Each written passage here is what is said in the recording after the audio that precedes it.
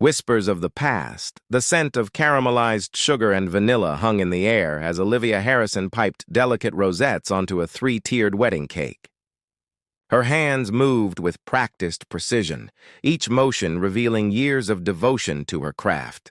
At 32, she had built Whisk and Wonder into one of Phoenix's most sought-after bakeries, a testament to her resilience that few understood the true depth of. "That might be your masterpiece," said Francine, her assistant, admiring the cascade of sugar flowers. Olivia smiled but said nothing, lost in concentration as she completed the final touches. Wedding cakes were her specialty, creating perfect moments for others while privately wondering if such happiness would ever truly be hers. The bell above the bakery door chimed, signaling a customer. Olivia didn't look up until she heard Francine's hushed whisper. "That's the third time this week he's come in. I think someone has a crush on our boss."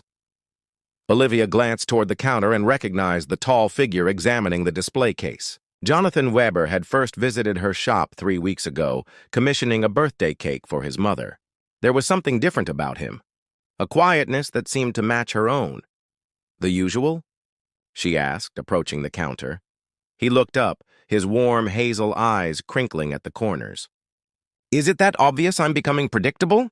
"The lemon tart gives you away," Olivia replied, selecting his favorite pastry.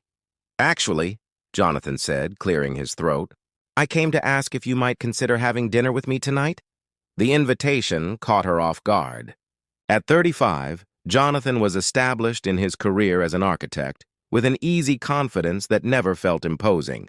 She'd learned bits about him during his visits. He designed sustainable buildings, had a golden retriever named Blueprint, and possessed a laugh that somehow made her forget her careful boundaries. "I don't date customers," she replied automatically. Jonathan smiled. "Fair enough. I'll take my business elsewhere immediately if that's what it takes." Despite herself, Olivia laughed. "That would be terrible for my bottom line." "Then we're at an impasse," he teased. "Unless you say yes." Something in his gentle persistence broke through her careful defenses. 7 o'clock, she finally agreed. But just dinner. That first evening extended into a second, then a third. Weeks melted into months as Olivia found herself opening up more than she had with anyone in years. They shared simple pleasures, hiking through desert landscapes at dawn, cooking elaborate meals in his spacious kitchen, falling asleep to classic films. Yet there remained a boundary she couldn't cross. Whenever Jonathan asked about her childhood or family, Olivia deflected with practiced ease. "Not much to tell," she would say, quickly changing the subject. He noticed, she could tell by the flicker in his eyes, but never pressed. 6 months into their relationship, Jonathan proposed during a surprise picnic at the Botanical Gardens. The ring was his grandmother's, a vintage opal surrounded by tiny diamonds. "I know there are parts of yourself you're not ready to share," he said softly as he held the ring. "But I love every part I know, and I'll wait for the rest." Tears filled Olivia's eyes as she accepted. Most men would have demanded her complete story by now, treating her privacy as suspicious rather than sacred. Jonathan somehow understood her silence wasn't about trust, but about pain. As their wedding date approached, the questions became harder to avoid.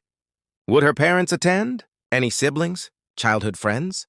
To each inquiry, Olivia provided vague answers that satisfied no one. "My family situation is complicated," she told Jonathan's mother during dinner one evening. "Everyone's family has complications." "Dear," Mrs. Weber replied kindly, "we just want to make sure they're included." Olivia felt Jonathan squeeze her hand under the table. "Mom, Olivia will handle her guest list. Let's focus on the menu instead." Later that night, as they drove home in silence, Olivia stared out the window at the star-filled Arizona sky. The weight of her secrets pressed against her chest. "After we're married," she whispered, "I promise I'll tell you everything." Jonathan kept his eyes on the road, but his voice was steady. "I'm not marrying you for your past, Olivia. I'm marrying you for our future." But as their wedding day approached, Olivia knew the past she'd carefully buried was about to surface. Soon Jonathan would learn the truth, and she could only hope his love was strong enough to withstand it. promises under stars. The desert sunset painted the sky in brilliant oranges and pinks as Olivia stood in the bridal suite of the Sonoran resort. Through the window, she could see guests gathering in the garden below, Jonathan's extensive family, colleagues from his architecture firm, and friends they'd made as a couple. What she couldn't see was anyone from her past. "You look absolutely breathtaking," said Teresa, Jonathan's sister and her reluctant maid of honor. They'd grown close over the past year, though Teresa had never hidden her curiosity about Olivia's background. "Thank you for everything," Olivia replied, smoothing the delicate lace of her dress. She'd designed it herself, a fitted silhouette with vintage-inspired details and a modest train. Simple, elegant, like the life she'd carefully constructed. "The photographer wants to know when we're doing family photos," Teresa mentioned casually. "Mom and Dad are ready whenever you are." Olivia's fingers stilled on her veil. "I think we should just do photos with Jonathan's family." Teresa hesitated. "Liv, I've respected your privacy this whole time, but don't you have anyone who should be here? Not even a distant cousin or old friend?" "No," Olivia said firmly, turning back to the mirror. "There's no one." The silence that followed was heavy with unasked questions. "Well," Teresa finally said, "you have us now. All 27 Webbers and counting?" Olivia smiled gratefully, though anxiety coiled in her stomach. The absence of her own family was conspicuous, generating whispers among guests. She'd overheard Jonathan's uncle asking if she was one of those orphans, and his college roommate speculating about witness protection. Each theory stung, though none approached the truth. As the ceremony began, Olivia walked down the aisle alone. No father to give her away, no mother dabbing tears in the front row. Just Olivia, moving toward Jonathan, who stood beneath an arch of desert wildflowers, his face radiating love. "Who gives this woman to be married?" the officiant asked, following tradition despite having been briefed on Olivia's situation. "She gives herself," Olivia answered clearly, the words carrying across the silent gathering. Jonathan extended his hand, and as their fingers intertwined, she felt anchored.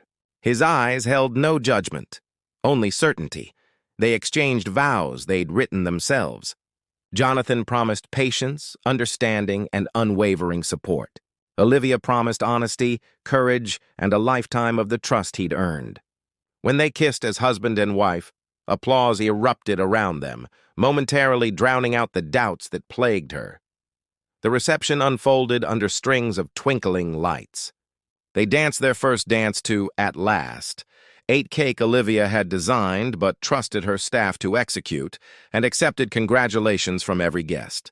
Throughout it all, Jonathan remained attentive, sensing her discomfort whenever conversations veered toward her past. "My mysterious bride," he whispered during their dance, twirling her gently. "You know what I love most about mysteries?" "What?" she asked, resting her cheek against his shoulder. "They always have a resolution."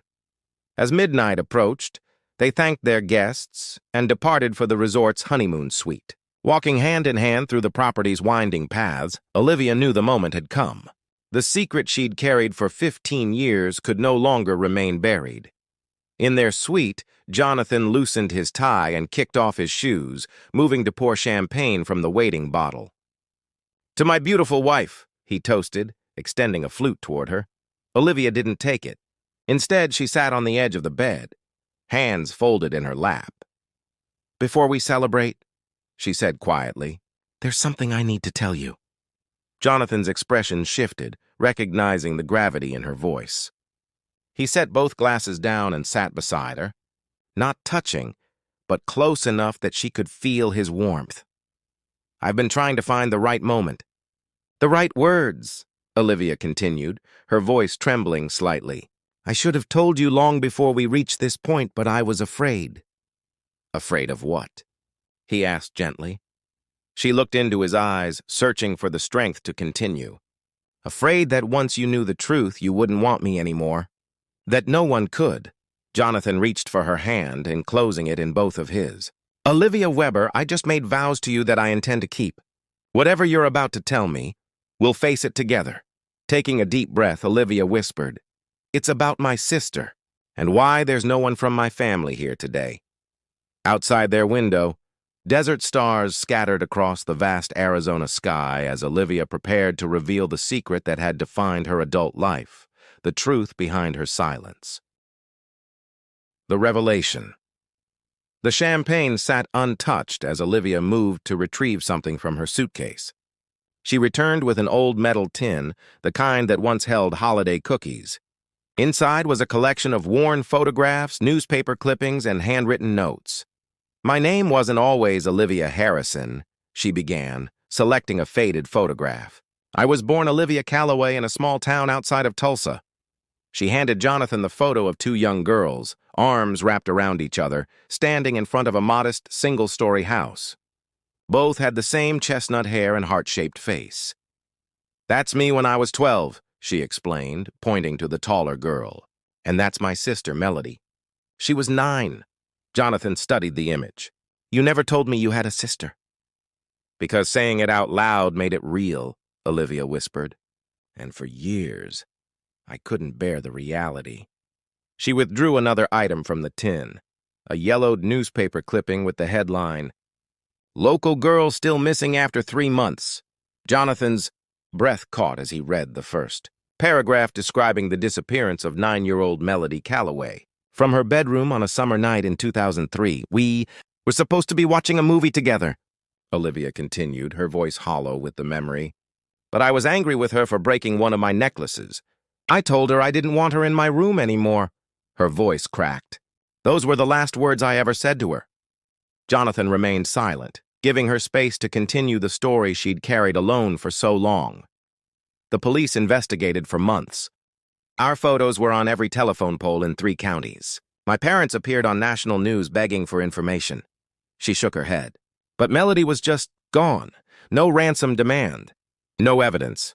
Nothing." She extracted more clippings, laying out the painful chronology. "After a year, the case went cold. My parents, they changed. My father started drinking heavily.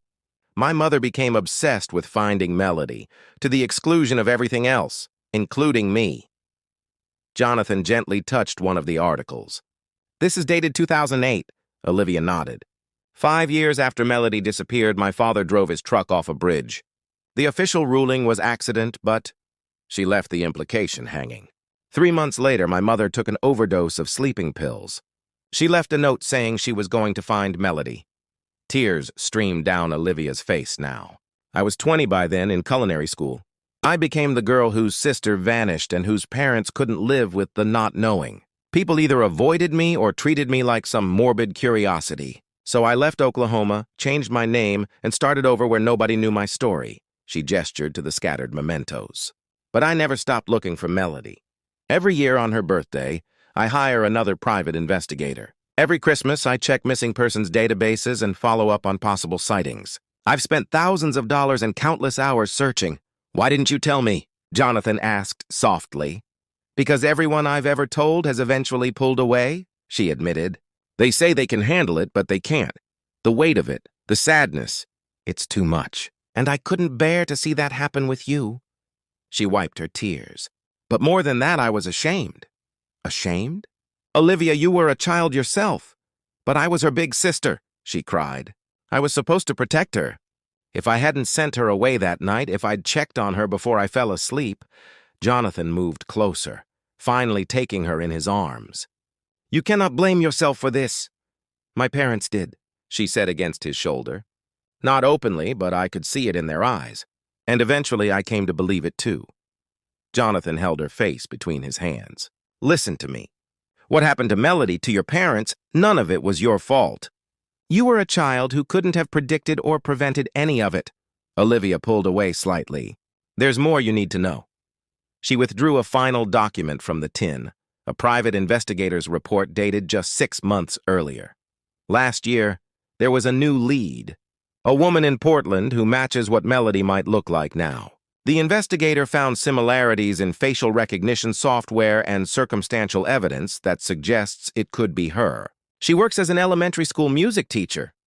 Jonathan's eyes widened. "Have you contacted her?" Olivia shook her head.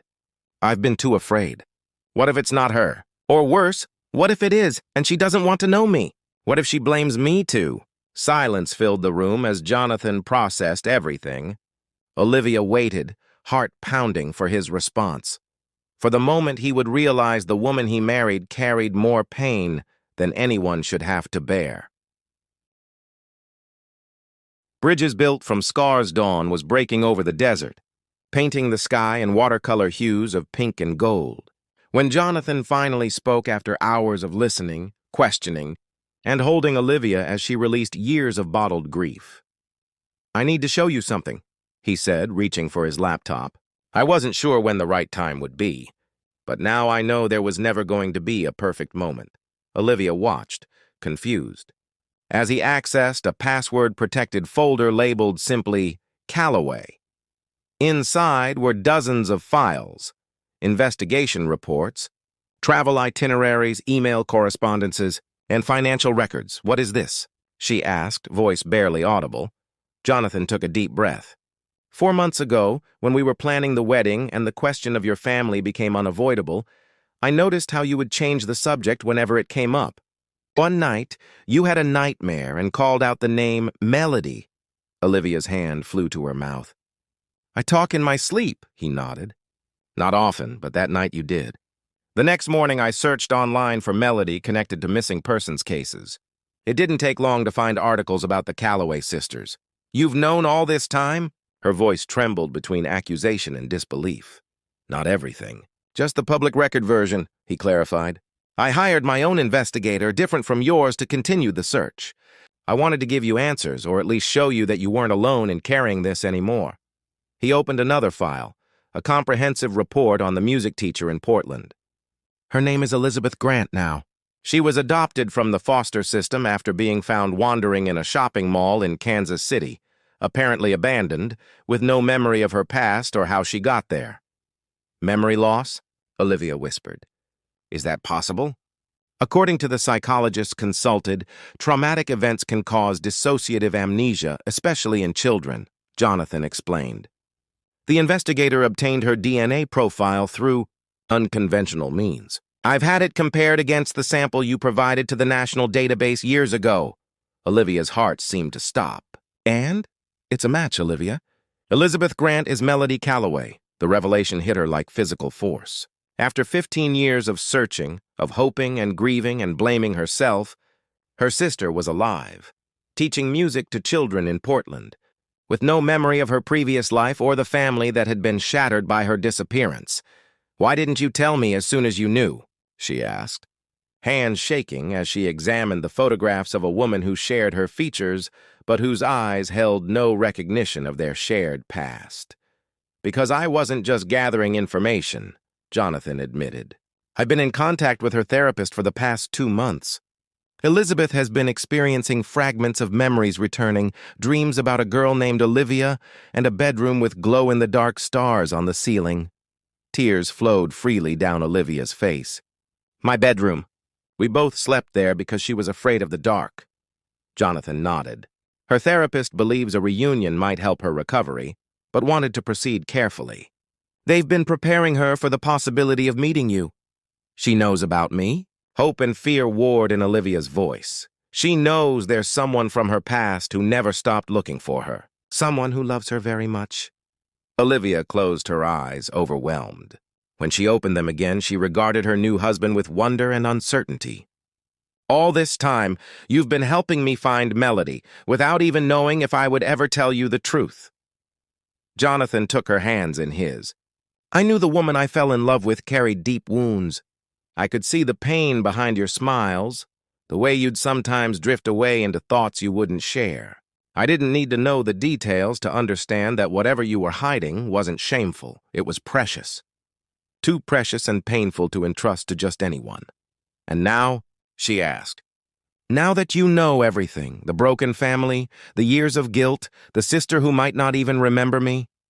"Now," he said softly, "we booked tickets to Portland." Outside their window, the first full day of their married life began with a sunrise that seemed to promise new beginnings. For the first time in 15 years, Olivia allowed herself to feel something she had almost forgotten: hope. symphony of reunion. Portland greeted them with characteristic drizzle, the kind of gentle rain that locals barely acknowledged. Olivia stood beneath the awning of Concordia Elementary School, clutching Jonathan's hand with almost painful intensity.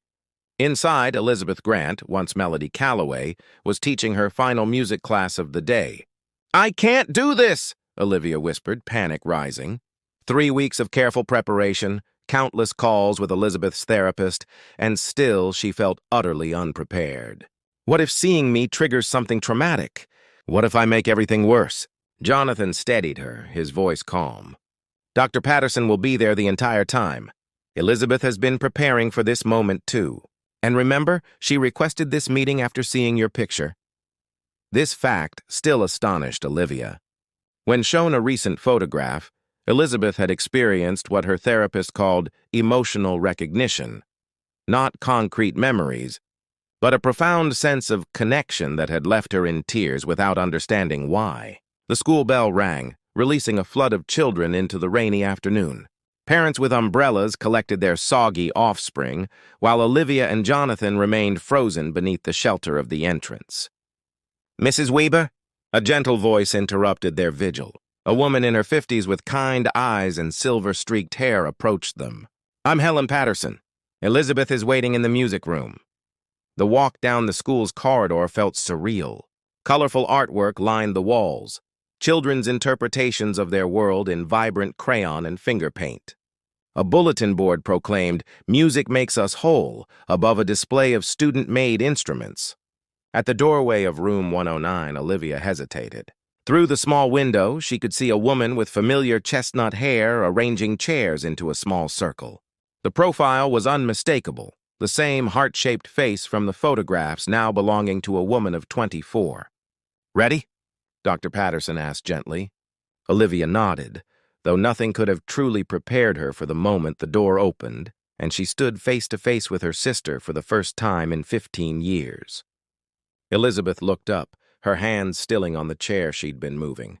For an endless moment, the sisters simply regarded each other across the music room scattered with xylophones and miniature violins. "Olivia," Elizabeth said finally, the name emerging as both question and recognition. Something in her voice, perhaps the slight Oklahoma inflection that remained despite years in the Pacific Northwest, broke Olivia's paralysis.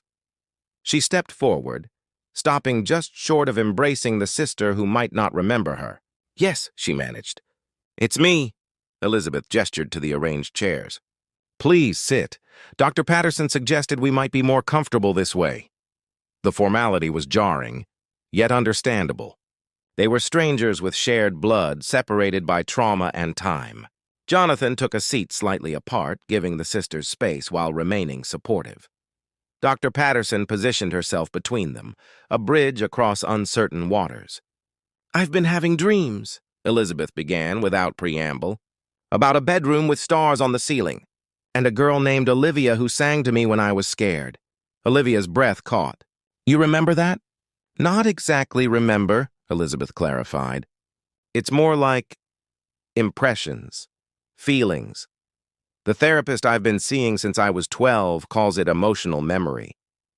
When they showed me your picture last month, I felt safe, like I'd come home after being lost." From her bag, Elizabeth withdrew a small object, a tarnished silver locket. "This was the only thing I had with me when they found me in Kansas City. Inside is a tiny photograph, too damaged to make out clearly. But the inscription says, MC Forever Connected." Olivia's hand trembled as she reached for her own necklace, concealed beneath her blouse, an identical locket containing a matching photograph. "Mom gave us these for Christmas," she explained, voice breaking. "You were so excited to have a big girl necklace just like mine." Elizabeth, Melody, touched her locket reflexively. "I never understood what the initials meant. The social workers thought it might be my name, but when I couldn't remember anything—" "Melody Calloway," Olivia supplied gently. "That was your name. You were 9 when you disappeared from our home in Oklahoma." For the next 3 hours they talked. Olivia shared memories of their childhood. Melody's obsession with butterflies, her talent for the piano even at 7, the secret language they'd invented to pass notes in school. With each story, Elizabeth nodded or shook her head, occasionally closing her eyes as if trying to capture elusive shadows. Jonathan quietly provided documentation when needed: birth certificates, family photographs, newspaper articles chronicling both the disappearance and the subsequent tragedy of their parents. "I wish I could remember them," Elizabeth said softly, tracing the faces of the mother and father she'd lost twice, once through separation and again through death. "They loved you so much," Olivia assured her. "Mom used to say you were made of music. Dad built you a special step stool so you could reach the piano keys." As evening approached, Dr. Patterson suggested they had covered enough for one day. "Elizabeth needs time to process, and so do you, Olivia." They agreed to meet again the following day. At the door, Elizabeth hesitated before asking, "Would it be all right if I hugged you? The therapist says physical contact sometimes helps with emotional recognition." Olivia could only nod, throat too constricted for speech. When her sister's arms encircled her, something long broken inside her began to heal. Outside, in the gentle Portland rain, Jonathan held an umbrella over them as they walked to their rental car. "She doesn't remember everything," Olivia said quietly. "She may never remember." "But she wants to know you," Jonathan reminded her. "Not the past, but the present and future. That's something your parents never lived to see." 3 days later, as they prepared to return to Phoenix, Elizabeth made an unexpected proposal over dinner at her small bungalow. "I've been considering a change," she announced. "There's an opening for a music teacher at a school in Scottsdale. I applied this morning." Olivia nearly dropped her fork. "You'd move to Arizona?" Elizabeth nodded. "Whether or not my memories fully return, I know one thing with absolute certainty. You're my sister. I don't want to lose another 15 years. 2 months after their wedding night revelation, Olivia and Jonathan helped Elizabeth, who decided to keep the name she'd known most of her life, move into an apartment 10 minutes from their home. The piano that Jonathan secretly purchased as a housewarming gift brought the first true flash of concrete memory. "You used to sit beside me while I practiced," Elizabeth told Olivia. "You'd turn the pages even though you couldn't read music." Recovery came in fragments. Some days brought painful revelations. Elizabeth eventually recalled fragments of her abduction by a couple who had lost their own daughter and whose desperation had led to unimaginable choices. Other days brought healing, as when she played a lullaby their mother had composed, the melody somehow preserved in her muscle memory. On the anniversary of their wedding, Jonathan surprised Olivia with a special gift: a family tree he'd commissioned, with branches extending not just backward to honor the parents they'd lost, but forward, representing the future they would build together. "When we said our vows," he told her as they stood under the desert stars, "I promised to love all of you, past, present, and future. I didn't know then how much pain your past held, or how much healing our future would bring." Olivia leaned into his embrace, watching through the window as Elizabeth played the piano, her fingers finding melodies that bridged the gap between what was lost and what had been found. "The secret I kept wasn't just about pain," she realized aloud. "It was about hope, too. Hope that I never quite let die, even when it seemed impossible." "Hope," Jonathan agreed, "and the courage to finally share it." Inside the house, Elizabeth began a new song, one she'd composed herself and titled simply Sisters. As the music flowed around them, Olivia recognized the truth that had changed everything. Some secrets, when finally revealed, don't end love stories. They begin them.